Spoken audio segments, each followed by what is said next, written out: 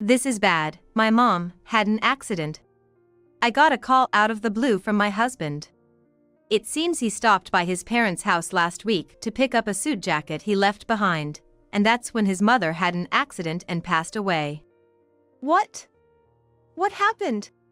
She fell from the second floor. What? Why? She was trying to retrieve some laundry that got caught on the roof and slipped, falling off the balcony. Did you witness it? Yes, I tried to rush over to help, but I couldn't make it in time. She fell headfirst and it was instant. The voice over the phone was mixed with various noises, indicating the scene was chaotic. Ambulances and police must have been called and were handling the situation. From the condition of the scene and my husband's testimony, his mother was processed as having died from an accident, and the matter was settled as an accidental death at the time. I can't believe that she would have such an accident. I couldn't hide my shock at the sudden accident.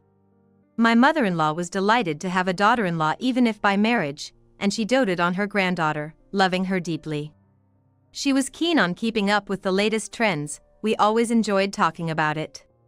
Even she was 73 years old, she was adept at using her smartphone. We would often communicate via text. She was someone who would consult me about anything. Why? Just when I lost mother to cancer, and then she passed away too? It's too soon. I thought of her as another mother and cherished her. The feelings I had were crushed at that moment. I was incredibly sad, but I couldn't just cry. My husband was the chief mourner, and I had to help with the funeral arrangements.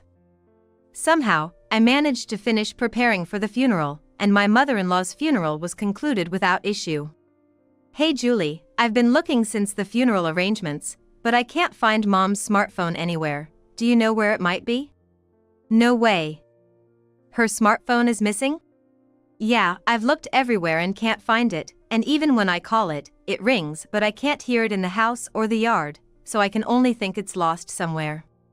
When my husband said this while we were sorting through my mother-in-law's estate, I felt a bit of unease. Until the day before my mother-in-law had her accident, I was exchanging messages with her.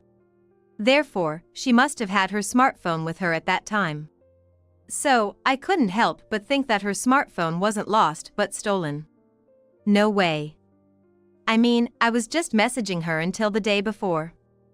It feels more like it was stolen than lost. This is a mess. We can't even cancel Mom's phone plan now. My husband said in a panic. But I sensed his urgency wasn't just about canceling the phone. Whether it was the rush to sort through things or something else, I couldn't tell. But I soon found out why. I received an email from my missing mother-in-law's phone. Normally, we would use Message app, so I thought the sender must be someone else.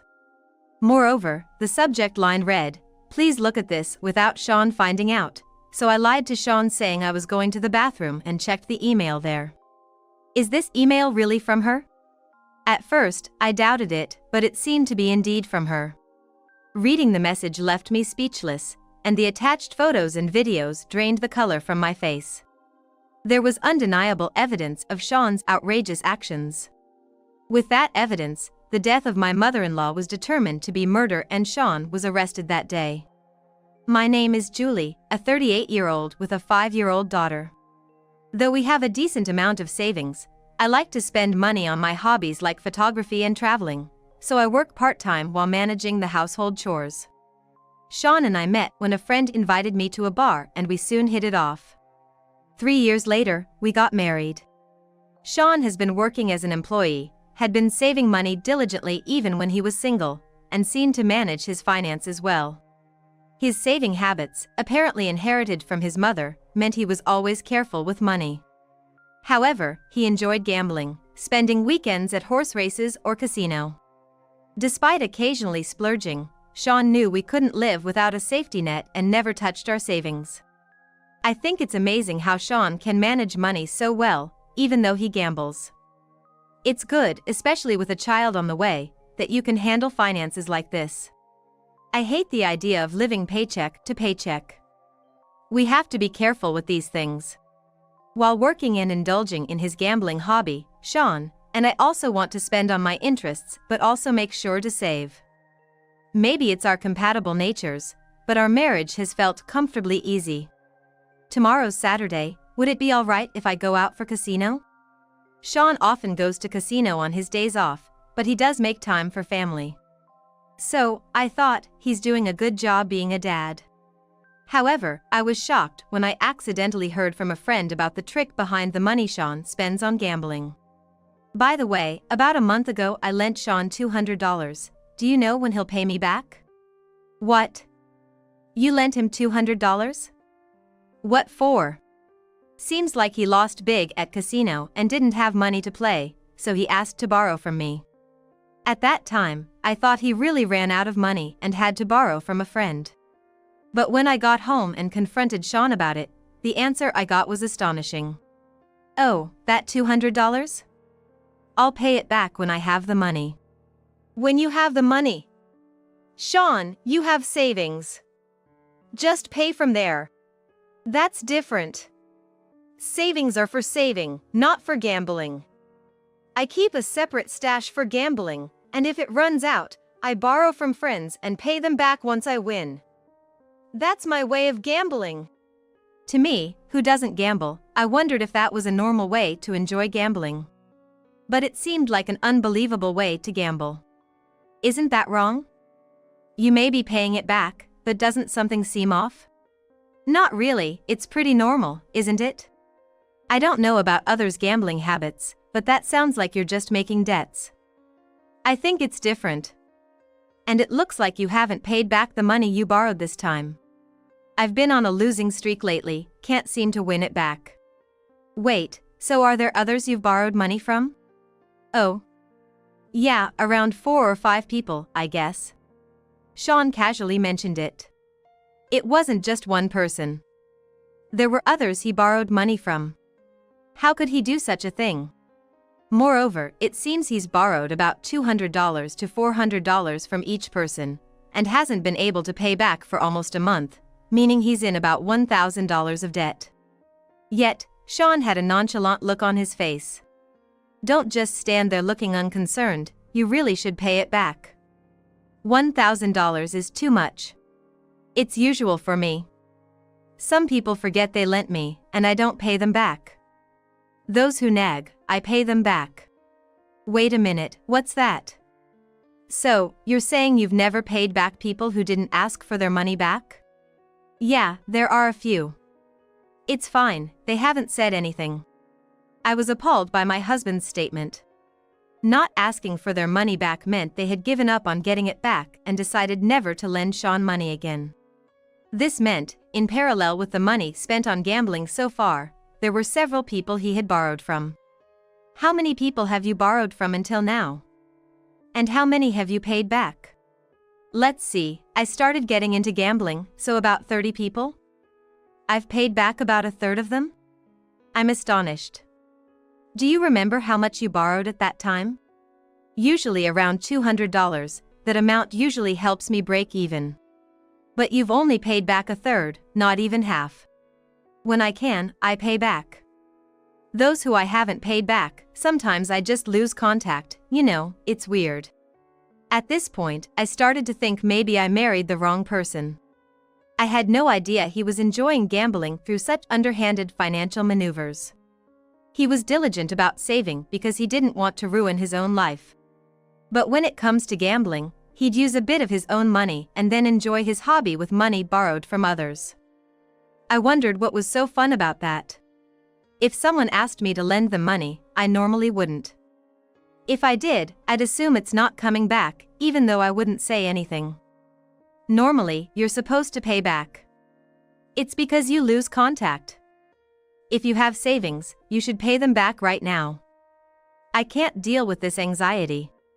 It's not for you to worry about, I'll solve my own problems, so don't stress about it. Sean and I, our financial attitudes towards hobbies were too different, and the unease in my heart grew. He said he'd solve it himself, but I doubt whether he truly would.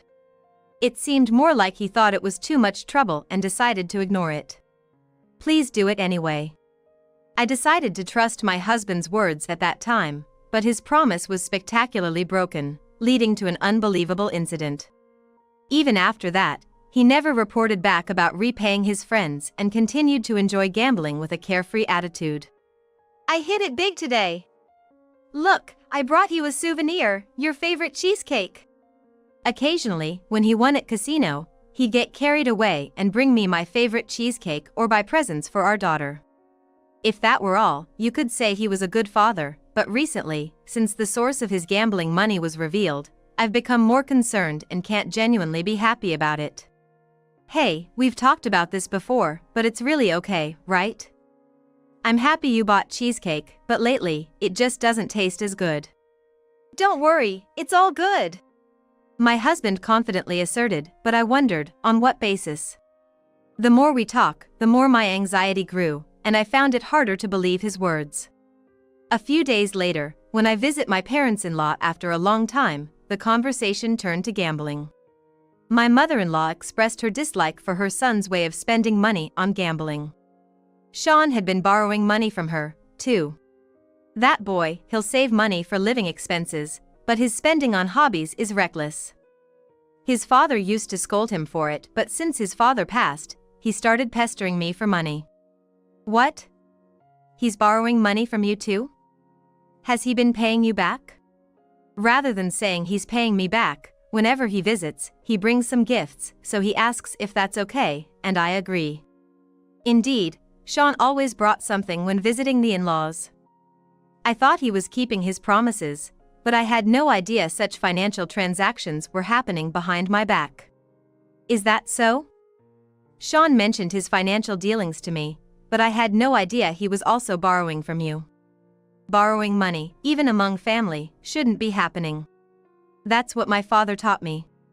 So, I couldn't stand that Sean was doing this. Hey, I heard from your mom that you've been borrowing money from her too? You've made a deal to bring gifts as payback, but I really don't want any financial borrowing among family members. Please, can you stop doing that? What's with you all of a sudden? Can't be helped. Dad wouldn't lend me money when he was around, saying I shouldn't be borrowing within the family, getting mad about it. Now that Dad's gone and I'm free to do as I please, isn't it fine? It's not fine. I hate borrowing, even among friends.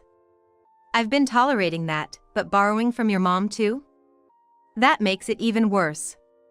Please, limit it. If you want to gamble, why not use your own money? You have enough savings, right? But I've told you, savings are different. I can't use them. Sean was stubborn in his belief. He believes that his way of managing gambling finances was the right one, and unwilling to budge from his stance. Perhaps it was this attitude that led to the amount he had borrowed over time swelling, reaching a point of no return. And then, that was the cause of an incident. This is bad, Mom had an accident. I was confused when I received that call from Sean. Just 2 days before, I had been at my in-laws' house, talking with her. It was a few days after we had been messaging, and she said, "Bring the grandkids over again." The vividness of her last words made it hard for me to grasp that she really was gone, leaving me confused. But stepping into the empty house after the funeral, the reality of her death hit me, and I couldn't help but cry. "Hey Julie, I've been looking since we started planning the funeral, but I can't find Mom's smartphone anywhere. Do you know where it might be?" My husband asked me this as we were tidying up the in-laws' house after the funeral, but we couldn't find it. If we couldn't find it, we wouldn't be able to cancel the phone service. Then, I received an email from my mother-in-law on my phone that made me almost shout to Sean that someone might have taken the phone. However, the moment I saw the email's subject, I told him to be going to the bathroom and left the room. The subject said, "Please make sure Sean doesn't find out about this," and the first line of the email stated, "If you are reading this and I am dead, it might be because of my son's doing, please press charges." What followed was shocking. My late husband had no interest in money, had no hobbies, and never spent on himself. Even the allowance he received from me wasn't spent on cigarettes or alcohol, instead, he saved it all in his safe. When my husband was dying, he secretly transferred the money in the safe to me, fearing that if Sean found it, it might be squandered on gambling.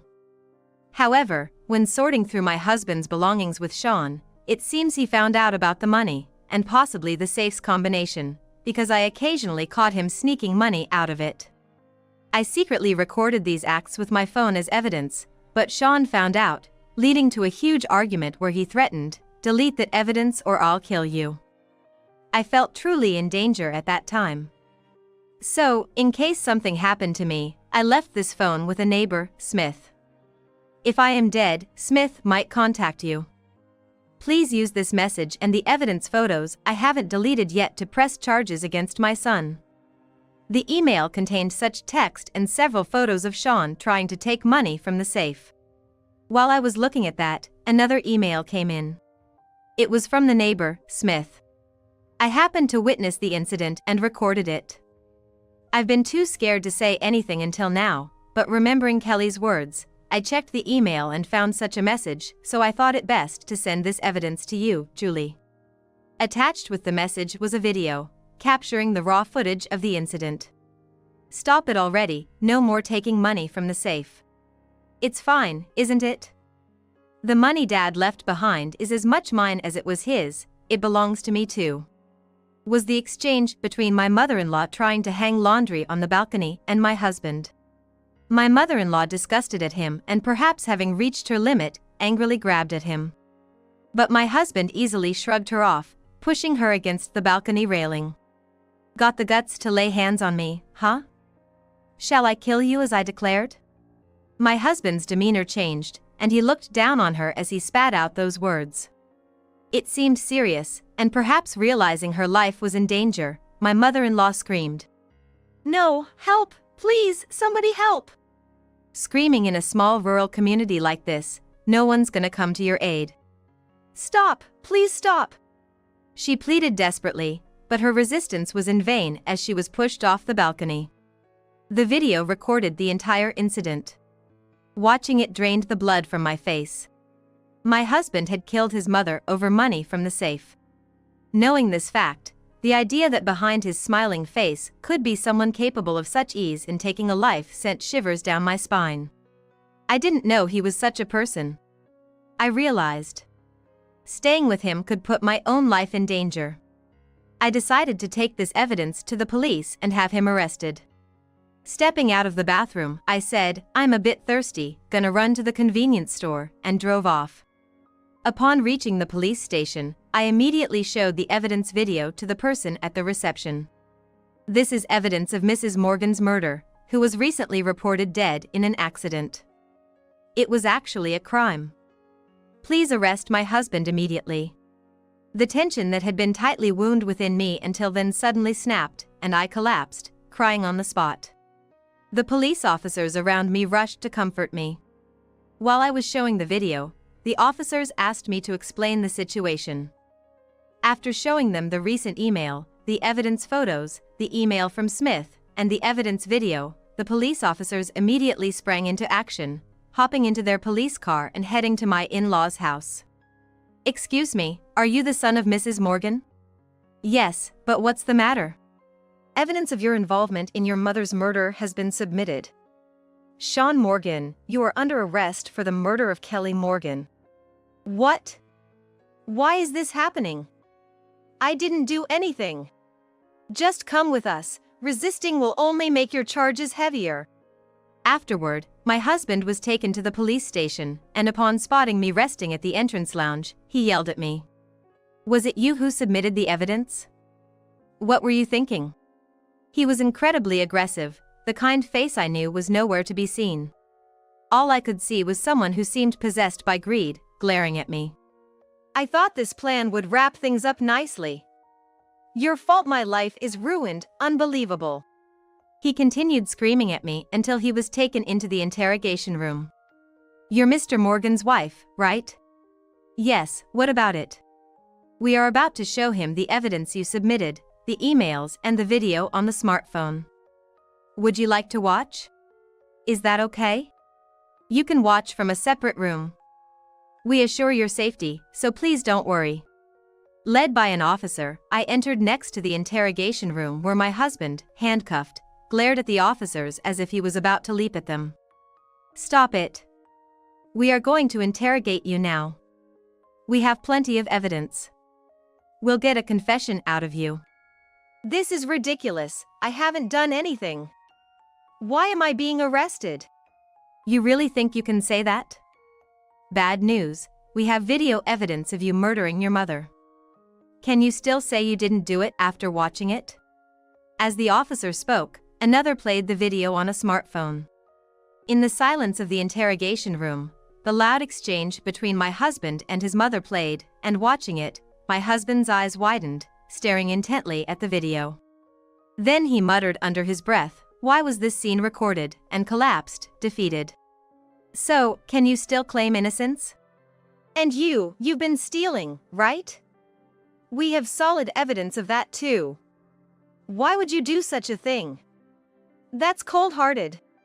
Faced with undeniable evidence, my husband felt resistance was futile and began to confess. I liked gambling, and to secure money for it, I borrowed from various people. I even borrowed from my parents, and recently, when they wouldn't give me money, I just took it from the safe without permission. You knew that was the money your father left behind, right? Your mother's email said it was transferred from your father to your mother, so taking that money is the same as stealing, isn't it? The officer showed my husband the evidence on the smartphone, displaying the email. My husband, looking at it, slumped his shoulders as if drained of strength and began to speak in a low voice. Yes, I'm sorry. Apologies won't fix it now. You've committed a crime. I was desperate. A friend I borrowed money from ran out of patience with me not paying back, and it seems they got a gangstar office to help squeeze money out of me this time. You reap what you sow, so. You decided to kill your mother because of this? It was accidental. I just went to take the money, but my mother found me, and in the heat of the argument, I pushed her off the balcony. I thought there were no witnesses, and if I claimed it was an accident, it wouldn't trace back to me. I figured I could use the money she had to pay off the guys collecting from me. So that's why you were desperately telling the police it was an accident at the time. Surprising truths were revealed from my husband. The fact that borrowing money'd lead to being extorted by gangstar was something I found out then. And despite such circumstances, my husband lived a normal life without showing any signs of distress, which shocked me. Hiding something like that? Unbelievable. Though I whispered it under my breath, not intended for my husband to hear, he glared in the direction of my room. I felt scared, but an officer beside me reassured me, "You're safe with us." Then the interrogation with my husband resumed. Anyway, you've confessed to murder, concealment, and theft. That's what you're facing. Something wrong? Not satisfied? Theft is not me. Was he trying to lessen his guilt or lighten his sentence by denying at least one charge? He began insisting that theft was not, and the interrogation that seemed to be concluding started again. As I said before, the money you stole belonged to your mother. Taking that money is a crime. Especially since it was your father's legacy. That makes it even worse, doesn't it? If it was inheritance left by my father, doesn't that mean I have a right to it? Look at this email properly. The money in the safe was not given to you but transferred to your mother. It's not yours. Besides, now that money is part of your mother's estate, and you, not being the heir, can't use it. What? I am the heir, right? A person who commits murder loses their right to inherit. According to your wife, your mother had said the heir would be her granddaughter. It means your daughter. Just a few days before she passed. If something happens to me, the inheritance I have will be passed on to my grandchild. Make sure she gets to go to a good university, she had said. It's still unclear since the house hasn't been sorted out yet, but there might be documents related to the inheritance in your mother's room somewhere. My husband knew there was money at home. So, to prevent him from using it, she said she would transfer the safe's money to our daughter, creating a situation where my husband couldn't touch it. I think my mother-in-law's decision was right. But ultimately, it was over this money that she lost her life. If only I had realized that. I can only regret it now. This is nonsense, that's my money. Enough already. I just say even if it's not clear yet, that money is going to your daughter. You have no right to use it. I cannot agree that. My husband, adamant about denying theft, was clearly not satisfied. But his words reached no one. They were like the irritating buzz of a mosquito's wings, merely swatted down by the officer's words. You get it now, give it up.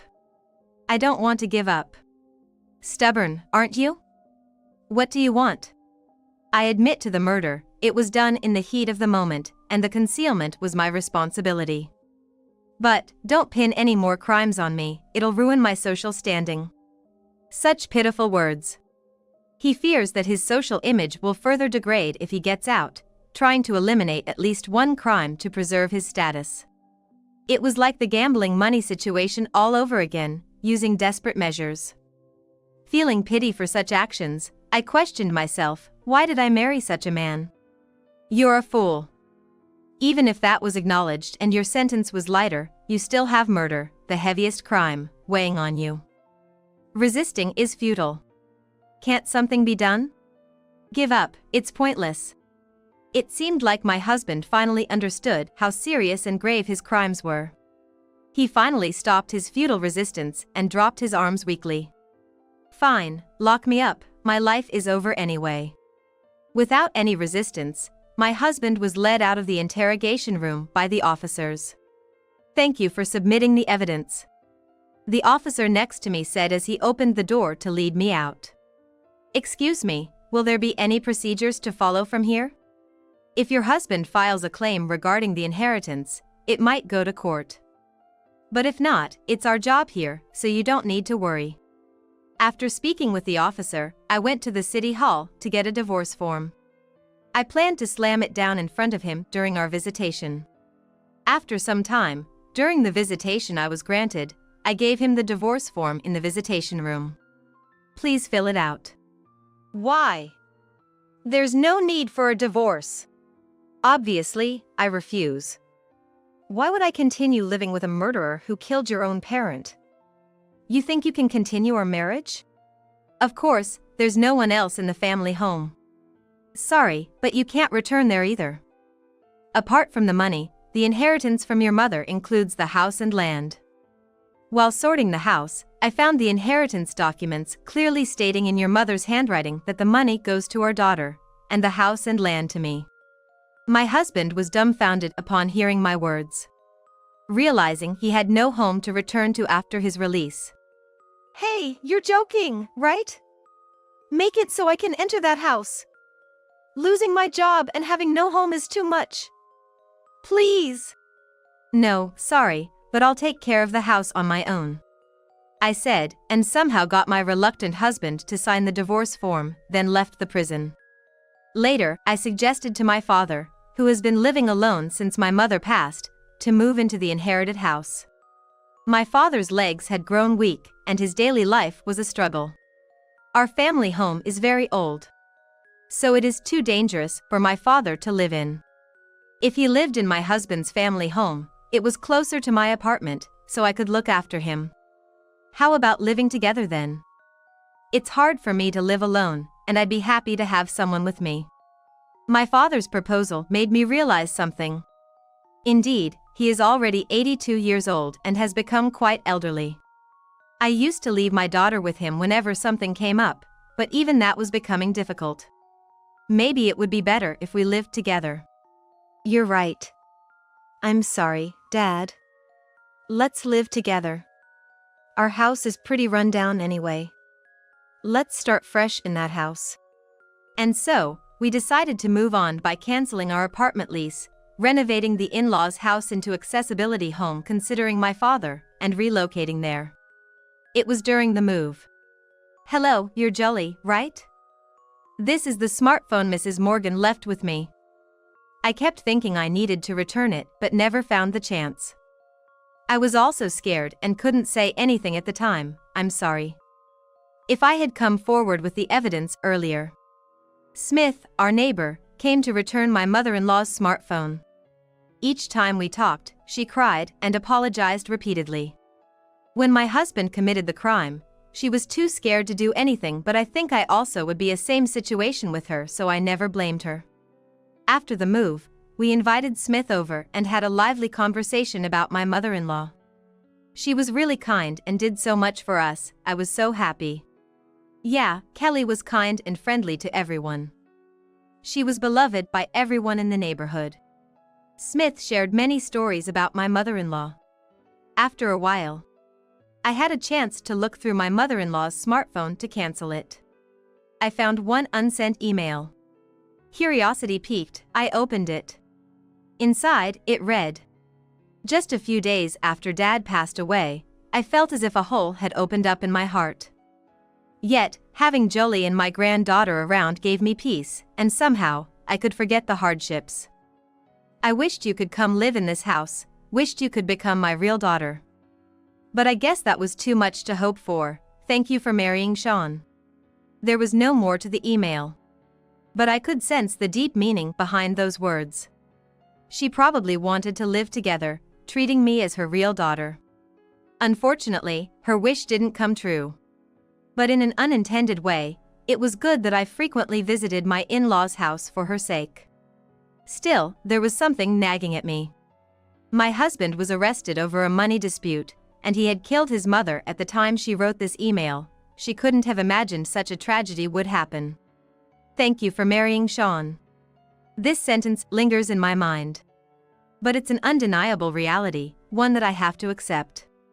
I closed the email app and placed the smartphone in front of her picture. I'll keep this smartphone as a memento. Thank you for the good home, I said. She is always in my heart. With that thought, I placed my mother-in-law's smartphone in my father-in-law's safe, intending to keep it safe as a cherished item. Afterward, I don't know what became of my husband after his release. Whether he's living as a homeless or somehow managing to work and live. As for me, I continue to live while caring for my father. I'm still working part-time, and Smith has been a great help with my father's care, which I greatly appreciate. Despite this lifestyle, I feel happier than before. I'm looking for a boyfriend, but for now, I'm focused on enjoying this life.